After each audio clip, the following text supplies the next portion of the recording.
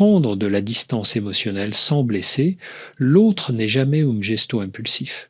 C'est un camino que se construit en silencio, avec lucidité, presque comme si on apprenait à redonner de l'espace à sa propre respiration. Beaucoup de personnes pensent que s'éloigner signifie se couper brutalement, alors qu'en réalité, la première étape consiste à observer ce qui, en soi, s'est mis à se fragiliser. Lorsqu'un lien commence à créer plus de tension que de apaisement, le corps le ressent avant même que l'esprit ne l'admette. Il y a une forme de fatigue intérieure, une perte de spontanéité, une sensation que chaque échange exige un effort disproportionné. Cette prise de conscience est souvent discrète, mais elle marque le véritable début du détachement. Dans une situation comme celle-là, la question n'est pas de savoir comment partir sans faire de mal, mais comment rester fidèle à soi-même sans renoncer au respect que l'on porte à l'autre. Se détacher, ce n'est pas effacer les souvenirs ni renier ce qui a existé, c'est accepter que certaines relations changent de nature, parfois lentement, parfois de manière presque imperceptible, et au lieu de forcer ce qui ne progresse plus, on choisit de relâcher l'emprise, non par indifférence, mais par honnêteté intérieure. Cet acte demande du courage, car il implique de reconnaître qu'on ne peut pas continuer à sacrifier sa sérénité pour préserver une dynamique qui ne nourrit plus. Beaucoup confondent détachement et froideur, mais ce sont des réalités très différentes. La froideur est un mur, le détachement est une porte ouverte sur un espace où l'on respire mieux. Il ne s'agit pas de couper l'accès, il s'agit d'ajuster la distance. Lorsque l'on trouve cette juste mesure, on cesse de réagir par impulsion et on commence à agir par clarté. On ne cherche plus à contrôler ce que l'autre pense ou attend, on ne tente plus de compenser ce qui manque, on se contente de reconnaître que chacun avance à son propre rythme. Ce respect de l'autonomie de l'autre est l'un des piliers d'un détachement sain. Ce processus demande également de revisiter ses propres limites. Souvent, on reste attaché parce qu'on a peur du vide, peur du silence, peur de décevoir. Mais ces peurs sont des illusions qui finissent par nous enfermer dans des rôles que l'on ne voulait pas jouer. Apprendre à se détacher, c'est accepter que la relation n'a pas à être maintenue coûte que coûte, qu'elle n'est pas obligée de répondre à toutes nos attentes. Cette acceptation n'est pas une défaite, c'est une libération. Elle nous permet de poser des frontières sans agressivité, de prendre du recul sans couper les ponts, d'exister autrement dans un lien qui avait cessé d'être juste. L'essentiel est d'agir avec une intention claire, préserver la dignité des deux. Car se détacher avec douceur est possible lorsque l'on assume tranquillement que la proximité ne peut pas être imposée. On offre moins d'intensité, mais on continue d'offrir du respect, on parle avec simplicité, on évite les explications longues qui ressemblent à des justifications, on choisit la sobriété plutôt que le drame, et petit à petit, on remarque que la charge émotionnelle diminue, que le souffle redevient fluide, que la relation trouve un nouvel équilibre, parfois plus léger, parfois plus distant, mais toujours plus vrai. L'un des aspects les plus délicats du détachement émotionnel est de comprendre que l'on ne s'éloigne pas pour faire souffrir, mais pour éviter de prolonger un déséquilibre qui finit par abîmer les deux. Lorsque l'on reste trop proche d'un lien devenu lourd, on commence malgré soi à forcer des gestes, à maquiller des émotions, à offrir une présence qui n'est plus totalement sincère. Cette dissonance intérieure crée une tension subtile mais persistante, et c'est souvent elle qui blesse davantage que la distance elle-même. Prendre du recul devient alors une manière de protéger la qualité de la relation, même si cette qualité change de forme. Il y a aussi cette idée fausse selon laquelle le détachement serait un retrait définitif. Dans la réalité, c'est souvent une réorganisation.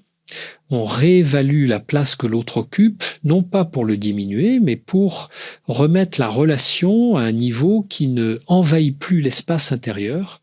Cette réorganisation demande de la clarté, reconnaître ce qui est devenu trop lourd, admettre ce qui ne peut plus continuer comme avant et choisir de ne plus alimenter des dynamiques qui nous tiraillent. Ce choix se fait rarement dans le bruit. Il se fait dans une réflexion calme, parfois au cœur d'une nuit, où l'on réalise que l'on a tout donné sans se demander si cette intensité était encore juste. Prendre du recul, c'est aussi retrouver une posture plus lucide. Quand on est trop impliqué, les signaux s'embrouillent. On confond bienveillance et sacrifice, patience et renoncement, loyauté et oubli de soi. En se reculant légèrement, les contours se précisent. On comprend ce que l'on ressent vraiment et ce que l'on faisait simplement par habitude ou par crainte de déclencher un malaise. Cette lucidité, loin d'être froide, permet de réintroduire de la douceur. On n'attend plus que l'autre comble nos manques, on ne se désespère plus devant ses silences. On cesse d'interpréter chaque détail comme une preuve ou une menace. Le détachement redonne une respiration émotionnelle qui clarifie tout. Cela implique également de s'autoriser à ne pas tout expliquer. Beaucoup cherchent à justifier leur besoin de distance par peur d'être mal compris. Pourtant, une explication simple et sincère suffit souvent. Dire que l'on a besoin d'un peu d'espace pour retrouver un équilibre intérieur n'est pas un rejet. C'est une manière de poser un cadre respectueux. Dans une relation où il y a encore de la considération, cette honnêteté est perçue comme une démarche saine. Et si elle ne l'est pas, cela révèle justement que la dynamique demandait ce recul depuis longtemps. Le détachement émotionnel n'efface pas l'attachement, il le transforme. Il permet d'aimer autrement, avec moins de tension et plus de lucidité. Parfois, ce changement ouvre la voie à une relation plus apaisée. Parfois, il confirme que les chemins doivent diverger naturellement. Mais dans les deux cas, ce processus protège la dignité de chacun. Il évite les mots prononcés trop vite, les gestes que l'on regrette, les attentes irréalistes qui finissent par étouffer. Il laisse place à une forme de maturité intérieure où chacun peut respirer à son rythme sans imposer son tempo à l'autre. L'objectif n'est pas de s'effacer, mais de retrouver une présence alignée avec ce que l'on peut réellement offrir. Et cette présence, plus calme, plus posée, a souvent un effet apaisant. Elle clarifie les intentions, elle réduit les tensions, elle permet à la relation de se déplacer vers un terrain moins fragile. Se détacher avec douceur devient alors un acte de cohérence émotionnelle, une façon de dire je ne me retire pas pour fuir, je me retire pour que ce qui reste soit vrai. Dans ce processus de détachement, il y a un moment où l'on commence à percevoir la différence entre ce que l'on ressent et ce que l'on entretient par automatisme. La proximité prolongée crée parfois une inertie étrange. On continue à offrir de l'énergie sans vérifier si cette dépense a encore du sens. Lorsque l'on s'arrête enfin pour écouter ce que l'on porte en soi, on réalise que certaines attentes ne sont plus les nôtres, qu'elles se sont construites au fil du temps pour préserver un équilibre fragile. Se détacher, c'est oser reconnaître cette dissonance et accepter que l'on ne peut pas maintenir une dynamique uniquement parce qu'elle a existé longtemps. Il y a aussi cette dimension corporelle, souvent négligée. Le corps envoie des signaux que l'esprit met du temps à décoder. Fatigue persistante, tension physique, respiration courte, tout cela révèle que l'on a dépassé une limite intérieure sans s'en rendre compte. Prendre de la distance, c'est écouter ces signes et comprendre qu'ils ne sont pas des caprices émotionnels, mais des indicateurs précieux. Cette écoute permet de rétablir une forme de stabilité, car elle replace le bien, être au centre de la relation et non plus en périphérie, dans un lien sain. Cet ajustement n'est pas perçu comme un retrait, mais comme un geste de maturité, et le détachement émotionnel implique également de redéfinir ses priorités. Lorsqu'on est trop absorbé par les besoins ou les réactions de l'autre, on en vient souvent à négliger ses propres repères. On vit dans une hypervigilance subtile, toujours en train de s'adapter, d'anticiper, de veiller à ne pas froisser. Ce mode de fonctionnement, s'il devient permanent, finit par grignoter l'estime de soi. Prendre du recul, c'est rééquilibrer cette dynamique et on choisit à nouveau ce qui nourrit, ce qui apaise, ce qui aligne. On cesse de se façonner en fonction des attentes extérieures et on retrouve une présence plus authentique. Dans ce mouvement intérieur, il est fréquent de découvrir que certaines choses que l'on faisait pour préserver le lien étaient en réalité motivées par la peur de perdre. Mais une relation qui tient uniquement parce que l'on s'accroche avec anxiété n'est pas une relation, c'est une lutte silencieuse. Se détacher, c'est déposer les armes. Ce n'est pas renoncer à l'autre, c'est renoncer à l'idée que l'on doit constamment mériter sa place. Cette prise de conscience est souvent libératrice. Elle replace les responsabilités à leur juste endroit. Chacun devient responsable de sa part et cela allège beaucoup de malentendus. Prendre du recul, c'est aussi éviter de glisser vers des explications interminables ou des tentatives de sauver, ce qui, malgré tous les efforts, ne retrouve plus son élan naturel. Il n'est pas nécessaire de convaincre l'autre de notre besoin d'espace, ni de chercher à se justifier point par point. La simplicité protège. Un pas en arrière fait avec calme est souvent plus clair que des discours trop chargés. Cette sobriété relationnelle permet d'éviter les conflits inutiles car elle montre que la démarche n'est pas dirigée contre la personne mais en faveur d'un équilibre intérieur. Lorsque cette distance commence à s'installer, quelque chose de subtil se produit, la relation révèle sa véritable solidité. Certaines connexions se réajustent et trouvent un rythme plus sain, comme si l'espace libéré permettait à chacun de respirer.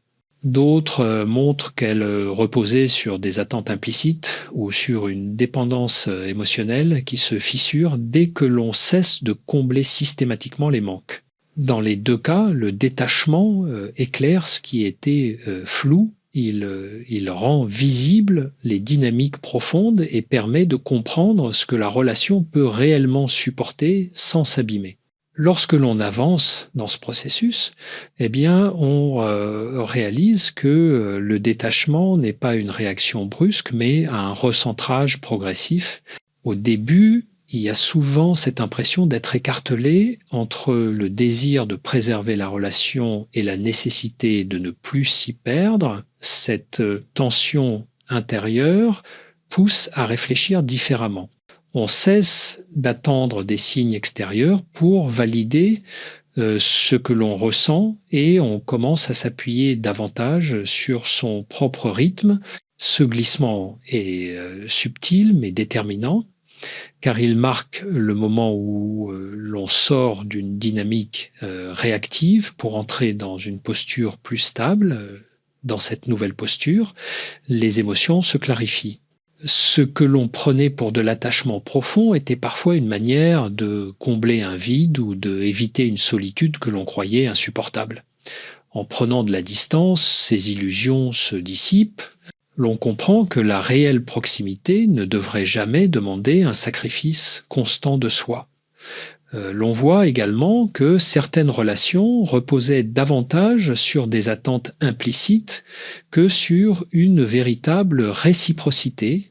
Cette prise de conscience peut être déstabilisante, mais elle ouvre la voie à une forme de liberté intérieure qui n'aurait pas pu émerger autrement. Le détachement implique aussi de reprendre le contrôle de sa disponibilité émotionnelle. On reconnaît que l'on ne peut pas être toujours ouvert, toujours présent, toujours prêt à absorber les états de l'autre. Cela ne signifie pas se fermer, mais choisir où et comment l'on investit son énergie. Cette sélection n'est pas de l'égoïsme, c'est une nécessité pour préserver un équilibre durable.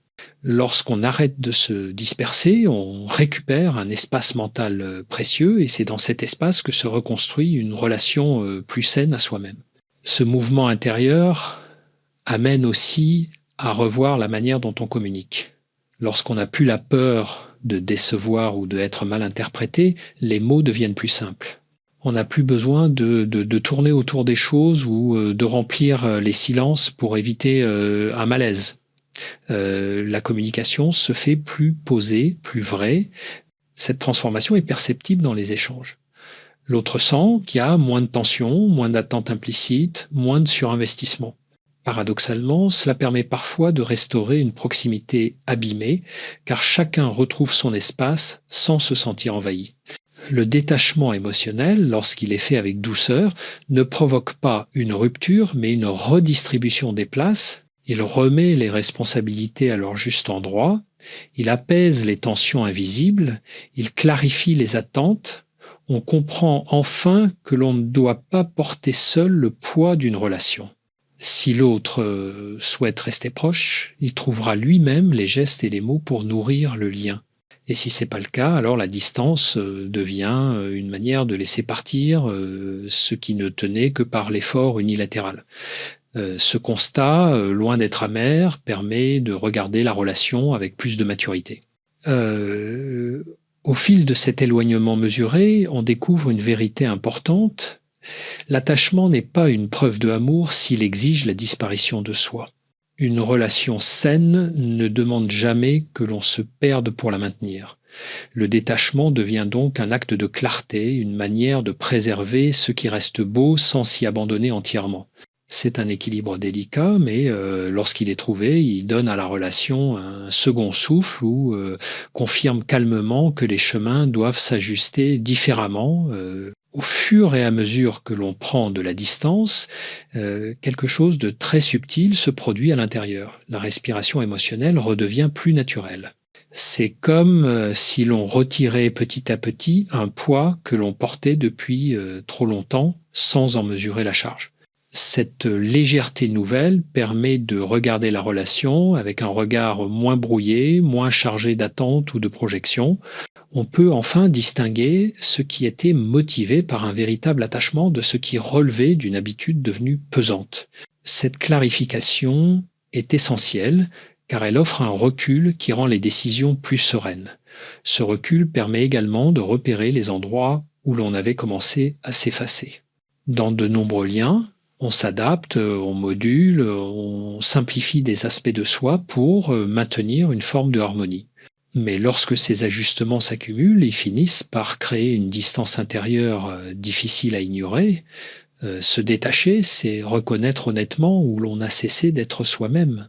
C'est accepter que certaines concessions n'étaient pas des gestes de générosité, mais des tentatives d'éviter un déséquilibre que l'on sentait déjà présent. Cette lucidité n'est pas jugement, c'est une prise de responsabilité envers soi. Avec cette nouvelle conscience, la relation prend une autre dimension. Ce qui autrefois semblait urgent ou vital perd son intensité, les silences ne paraissent plus menaçants, ils redeviennent des espaces naturels où chacun existe sans devoir prouver constamment sa place.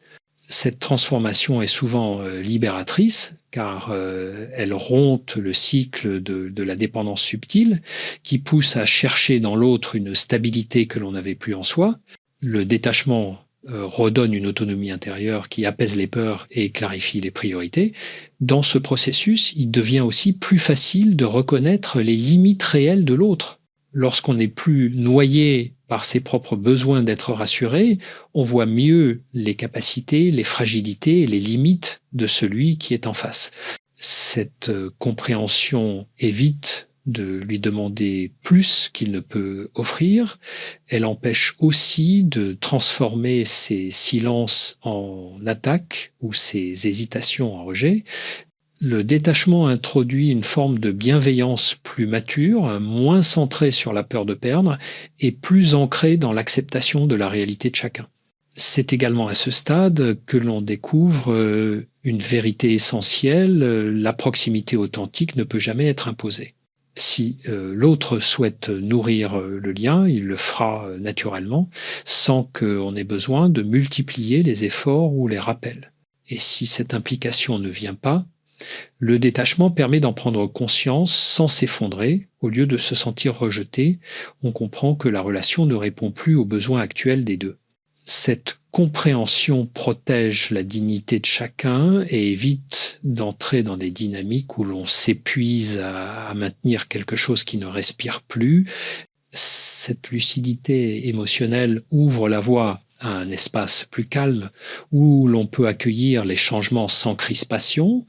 Et parfois, le lien se réajuste et retrouve une forme plus légère qui convient aux deux.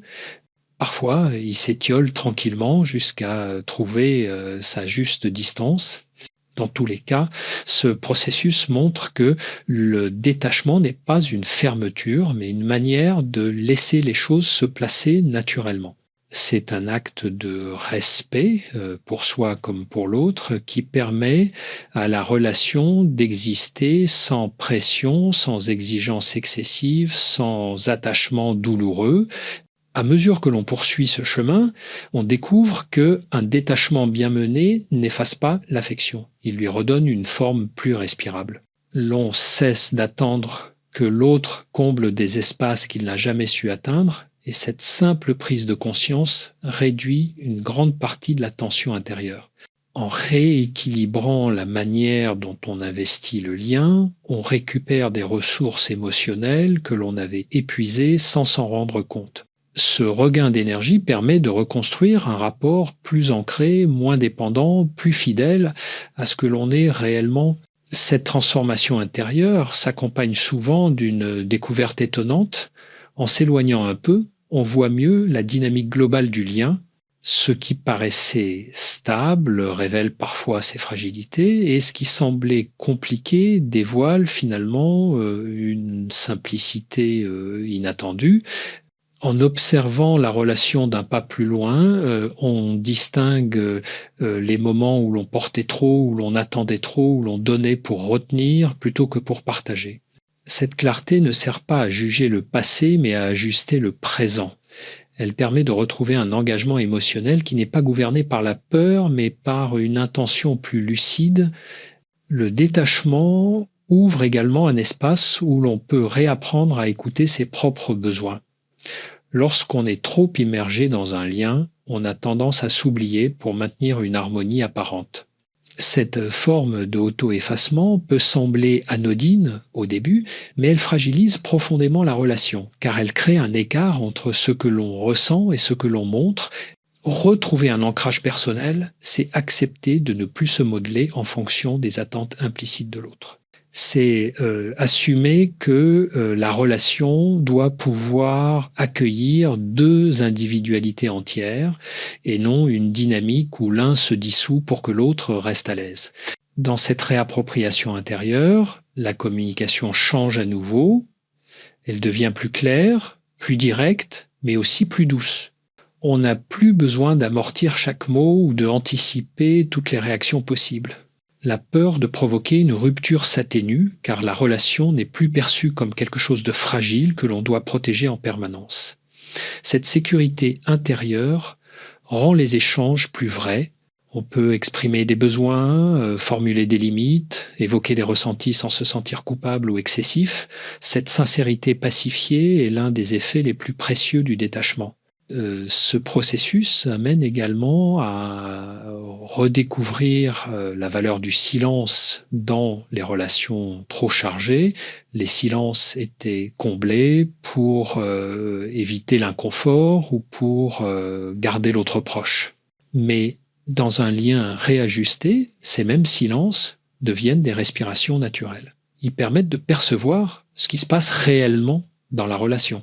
On observe les gestes spontanés de l'autre, sa disponibilité réelle, son désir de maintenir le lien ou au contraire sa tendance à s'en écarter. Cette observation sans insistance permet de comprendre sans se perdre, d'accueillir les réponses sans avoir à les provoquer. Ce détachement progressif révèle aussi que certaines relations ne se transforment pas malgré l'espace offert. Il arrive que l'autre ne trouve ni l'élan ni la volonté de nourrir le lien. Dans ces moments-là, la distance devient une forme de vérité silencieuse. Elle montre que la relation tenait davantage grâce à l'investissement d'un seul. Et même si cette constatation peut être douloureuse, elle protège d'un engagement unilatéral qui aurait fini par user tout le monde. Au lieu de s'acharner, on accepte que certains liens ne peuvent plus évoluer. Et cette acceptation n'est pas un renoncement, c'est un acte d'intégrité. À ce stade du processus, quelque chose de fondamental se met en place, l'acceptation de ce que le lien peut réellement offrir et non de ce que l'on aurait voulu qu'il soit. Cette différence, qui semble anodine en apparence, change tout. Lorsqu'on arrête de nourrir des attentes silencieuses, on retrouve une présence plus libre. On ne cherche plus dans l'autre des preuves de stabilité ou des réponses à des manques anciens. On lui permet d'être tel qu'il est, avec ses limites, ses hésitations, sa manière propre de se montrer ou de se retirer. Cette acceptation ne signifie pas renoncer à soi, elle signifie reconnaître que chacun avance avec les ressources qu'il possède. Ce réalisme émotionnel rend la relation plus légère. On cesse de transformer chaque geste en symbole, chaque absence en menace. L'on comprend que les fluctuations de l'autre ne sont pas des jugements sur notre valeur, mais simplement l'expression de ses propres rythmes. Cette compréhension apaise énormément car elle dissipe ce brouillard intérieur qui pousse à suranalyser, à imaginer des intentions qui n'existent pas. Le détachement donne une vision plus claire, presque panoramique, où l'on voit autant son propre fonctionnement que celui de l'autre, sans dramatisation. Dans ce nouvel équilibre, la dignité joue un rôle central. Se détacher émotionnellement, c'est apprendre à rester présent sans se perdre. C'est maintenir une forme de respect envers soi-même, même dans les situations où l'autre ne répond plus comme avant. Cette dignité n'a rien de hautain, elle ne cherche pas à prouver quoi que ce soit, elle est simplement un rappel intérieur. On ne se diminue pas pour préserver une proximité incertaine, on n'insiste pas au-delà de ce que la relation peut supporter, on avance avec une posture droite, sans rigidité, mais avec une présence qui ne mendie pas. Cette posture nouvelle transforme aussi la manière dont on vit les éventuels éloignements. Au lieu de percevoir la distance de l'autre comme une injustice personnelle, on l'accueille comme un élément naturel du lien.